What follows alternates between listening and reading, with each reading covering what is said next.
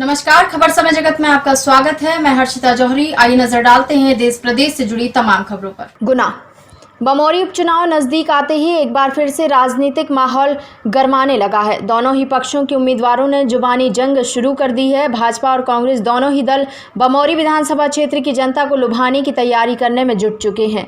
दोनों दलों के उम्मीदवारों में तीखे आरोप प्रत्यारोप का दौर शुरू हो गया है। भाजपा प्रत्याशी महेंद्र सिंह सिसोदिया इस चुनाव में कांग्रेस प्रत्याशी कन्हैयालाल अग्रवाल के नाम की किताब हमेशा के लिए बंद करने की बात कहते हुए मतदाताओं को रिझाने का प्रयास कर रहे हैं।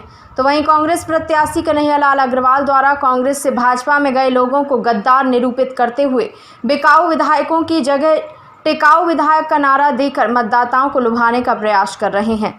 जहां तक राजनीति जमावट दिखाई पड़ती है, उम्मीदवार तो वही हैं, लेकिन दोनों ही उम्मीदवारों के दल बदल गए हैं।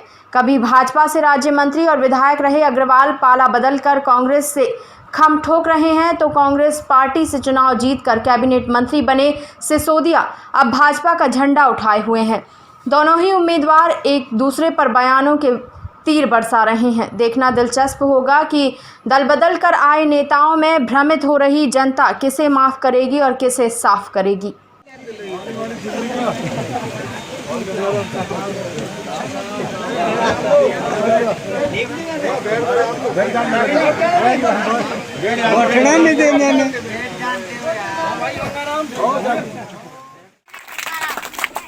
अब दूसरी तरफ कन्हैयालाल जी आगे आगे चलते, मैं पीछे पीछे चलता हूँ। जब मैं आगे हो जाता हूँ तो वो पीछे पीछे हो जाते हैं।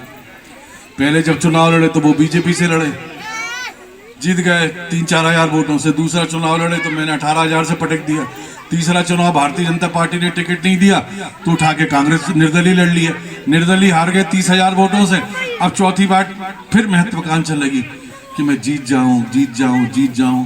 उनके लोगों ने कहा भाई साहब लड़ जाओ, लड़ जाओ, लड़ जाओ, खाने को मिलेगा, खाने को मिलेगा, खाने को मिलेगा।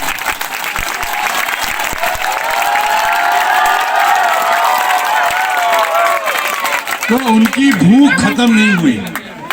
74 साल की उम्र हो गई मगर मन भरा नहीं है, अभी अंतरात्मा भरी नहीं है।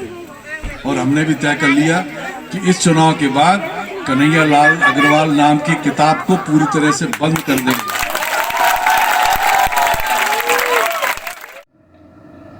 भ्रमित इसलिए नहीं हुआ कि मेरे खिलाफ भारतीय जनता पार्टी के जो प्रत्याशी हैं महेंद्र सिंह जी सिसोदिया, जनता ये अच्छी तरह जानती है कि ये एक बिकाऊ प्रत्याशी हैं। भारतीय जनता पार्टी ने इन लोगों को खरीदा है, धोखेबाज लोग हैं।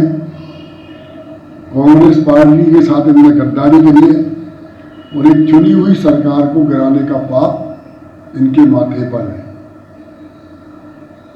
और जहां तक मेरा निर्दलीय वाली बात थी, तब भी जनता ने भले हो आंकड़ों में मैं आता हूं, लेकिन सिंबल के कारण हार गया था।